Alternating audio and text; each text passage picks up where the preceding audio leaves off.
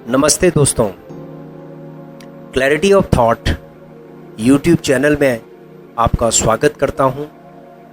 आइए चलते हैं हम एक ऐसे टॉपिक पे जो लाइफ के लिए बहुत ही ज़रूरी है, यानी कि clarity of thought in decision making, techniques to evaluate pros and cons effectively. यानी हम अपने जीवन में निर्णय लेते हैं।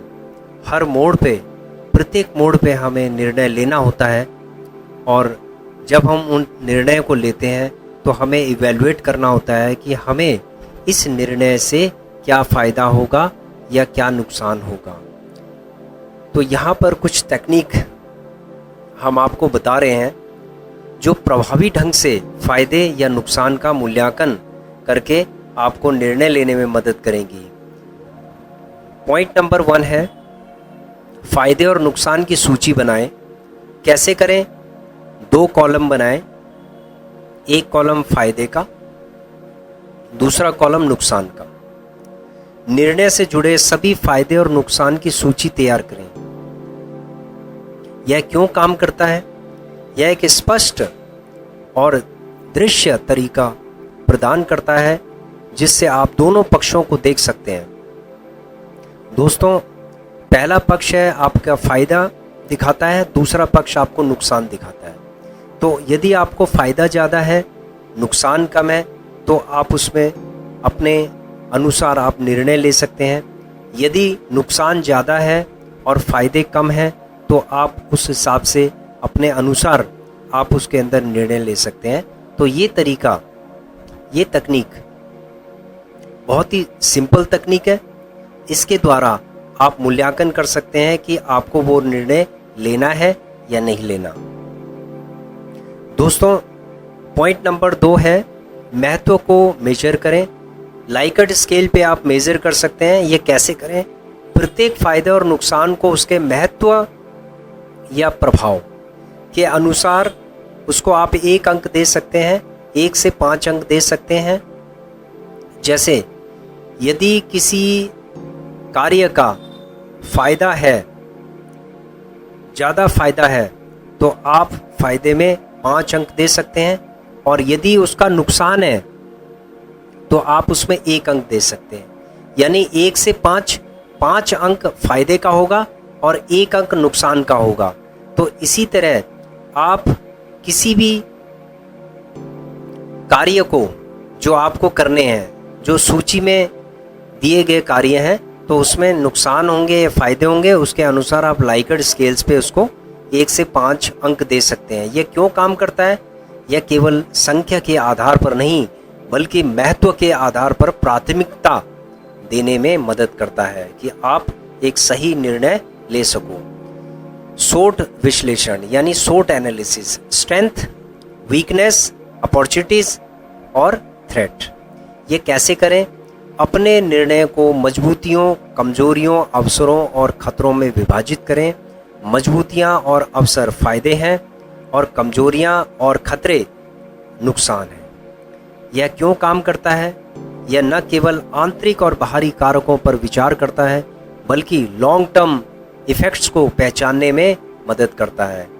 दोस्तों, यदि आपको स्ट्रेंथ और वीकनेस का पता चल जाता है, तो आप समझ सकते हैं कि स्ट्रेंथ निर्णय लेने के लिए ज़रूरी है और वीकनेस भी ज़रूरी है, क्योंकि वीकनेस और थ्रेट्स, इनसे आपको चैलेंजेस का पता चलता है, और स्ट्रेंथ और अपॉर्चुनिटीज़ से आपको निर्णय लेने में, यानी जो पॉजिटिव साइड है इसकी, उसमें पता चलता है। तो ये जो SWOT एनालिसिस है, आपको लॉन्ग टर्म में जो भी इफ़ेक्ट होगा उसको पहचानने में मदद करता है। पॉइंट नंबर 4 है, शॉर्ट टर्म और लॉन्ग टर्म प्रभावों को विचार करें। जैसे शॉर्ट टर्म और लॉन्ग टर्म दोनों फ़ायदे और नुकसान, दोनों के फ़ायदे और नुकसान को एक कैटेगराइज करें, इनको विभाजित करें। यह क्यों काम करता है? कुछ फ़ायदे ऐसे होते हैं जो शॉर्ट टर्म के लिए होते हैं, लेकिन लॉन्ग टर्म में उनका कुछ इफ़ेक्ट होता है। तो दोस्तों, आपको इस निर्णय लेने के लिए आपको इन चीज़ों का ध्यान रखना है कि कई ऐसे शॉर्ट टर्म में फ़ायदा देंगे लेकिन लॉन्ग टर्म में आपको नुकसान दे सकते हैं। तो आपको लॉन्ग टर्म में भी आपको देखना है कि लॉन्ग टर्म में ये आपको क्या इफ़ेक्ट कर सकता है। पॉइंट नंबर 5 है, दूसरों से परामर्श लें। देखो, ये है कंसल्टिंग। कैसे करें? उन लोगों से संपर्क करें या परामर्श करें जिन्होंने इसी तरह के निर्णय लिए हैं जो निर्णय आप लेने जा रहे हैं, और उनसे उनके फ़ायदे और नुकसान पर विचार प्राप्त करें। यह क्यों काम करता है? विभिन्न दृष्टिकोण नए या अनदेखे फ़ायदे या नुकसान को उजागर कर सकते हैं, जिससे एक व्यापक मूल्यांकन प्राप्त होता है। दोस्तों, यदि आप कंसल्टिंग करते हैं एक्सपर्ट से जिन्होंने पहले इसी तरीके के निर्णय लिए हैं, इससे आपका दृष्टिकोण और भी ब्रॉड हो सकता है और आप निर्णय के लिए आपके लिए ये मददगार साबित हो सकता है। सबसे खराब और सबसे अच्छा स्थिति का विश्लेषण करें, जैसे वर्स्ट केस और द बेस्ट केस। तो वर्स्ट केस क्या हो सकता है और बेस्ट केस क्या हो सकता है, ये कैसे करें? अपने निर्णय के सबसे खराब और सबसे अच्छे परिणाम की कल्पना करें। तय करें कि क्या सबसे अच्छे परिणाम के फायदे सबसे खराब परिणाम के नुकसान से बड़े हैं। यदि अच्छे परिणाम के फायदे और खराब परिणाम के नुकसान से ज़्यादा अगर बड़ा है तो उसके अनुसार आप निर्णय ले सकते हैं। यह क्यों काम करता है? इस निर्णय से जुड़े जोखिमों का आकलन करने में मदद मिलती है और आप नकारात्मक परिणामों के प्रति अपनी सहनशीलता को समझ सकते हैं। दोस्तों, यदि आपको जोखिमों का पता है और उसको आप इवैल्यूएट कर सकते हैं, यानी उनका आकलन कर सकते हैं, तो आपको चैलेंजेस को फेस करने में आपको सहनशीलता यानी कि पेशेंस बनाने में मदद करता है। डिसीजन मैट्रिक्स का उपयोग करें। निर्णय मैट्रिक्स यानी कि डिसीजन मैट्रिक्स है। ये कैसे करें? एक मैट्रिक्स बनाएं जिसमें एक तरफ आप कारक लिखें, जैसे लागत, समय, प्रयास, यानी कि इसके अंदर जो इन्वेस्टमेंट है, टाइम है और एफर्ट है, एक तरफ लिखें। दूसरी तरफ उसके फायदे और नुकसान लिखें। प्रत्येक विकल्प को इन मापदंडों के अनुसार आप अंक दें। यह क्यों काम करता है?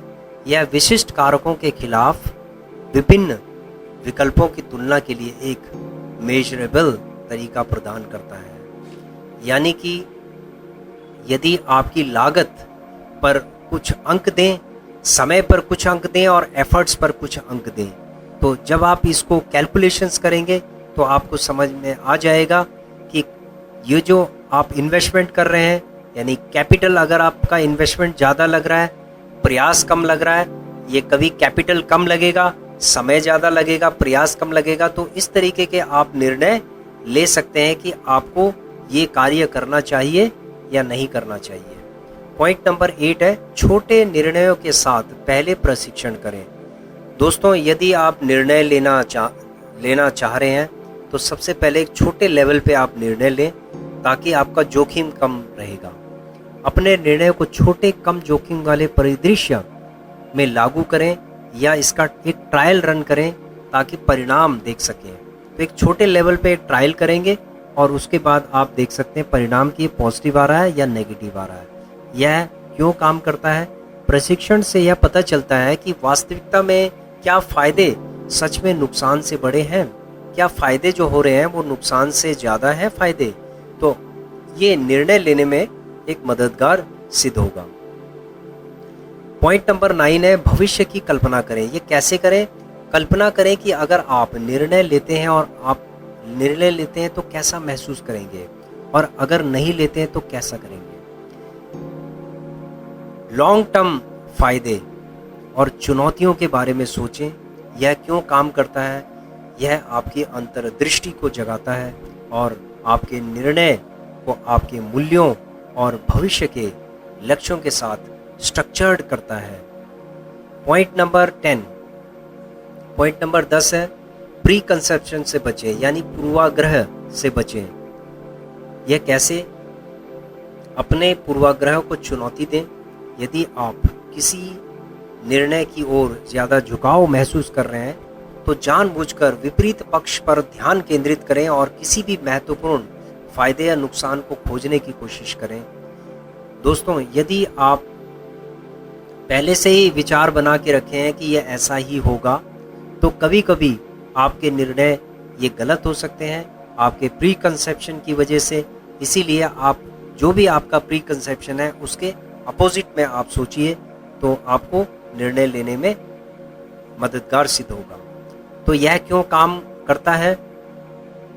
यह सुनिश्चित करता है कि आप अधिक वस्तुनिष्ठ रूप से फायदे और नुकसान का मूल्यांकन कर रहे हैं और भावनाओं या पूर्व धारणाओं से प्रभावित नहीं हो रहे हैं।